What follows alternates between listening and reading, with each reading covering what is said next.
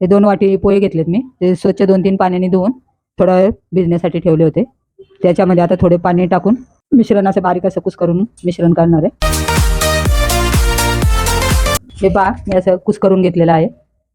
थोडं पाणी टाकून तर त्याच्यामध्ये टाकण्यासाठी थोडंसं गाजर, कोथिंबीर, 1 हिरवी मिरची, कोबी, बारीक चिरलेला कांदा, टोमॅटो, आलं लसूण हे मी बारीक किसून घेतलेलं आहे.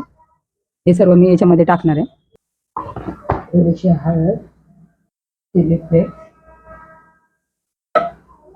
आलं लसूण पेस्ट, चाट मसाला, थोडासा चाट मसाला, चवीप्रमाणे मीठ, बाइंडिंग येण्यासाठी 2-3 चमचे तांदळाचं पीठ टाकते मी,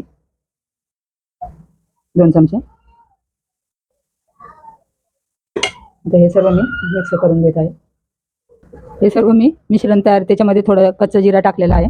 सर्व मिश्रण मी करून त्याचा असे गोल गोल हे करणार आहे.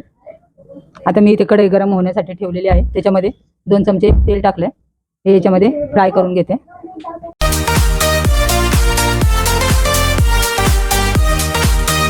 हे पहा तुम्ही असं ब्रेड क्रम्ब सुद्धा लावून तळून घेऊ शकता. छान असे खाण्यासाठी कुरकुरीत लागते.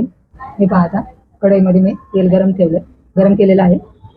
ते मी गॅस लो टू मिडियमवर ठेवलेलं आहे. त्याच्यामध्ये हे ब्रेड लावलेलं तांबूस असे या कलरवर तळून घेणार आहे. हे पहा पोह्याचा नाश्ता माझा बनवून तयार आहे. पोहे कटलेटही तुम्ही म्हणू शकता. हे तुम्ही टोमॅटो सॉस बरोबर खाऊ शकता. माझी रेसिपी तुम्हाला कशी वाटली ही कमेंट करून मला कळवा. कोणत्या शहरातून पाहता हेही कळवा.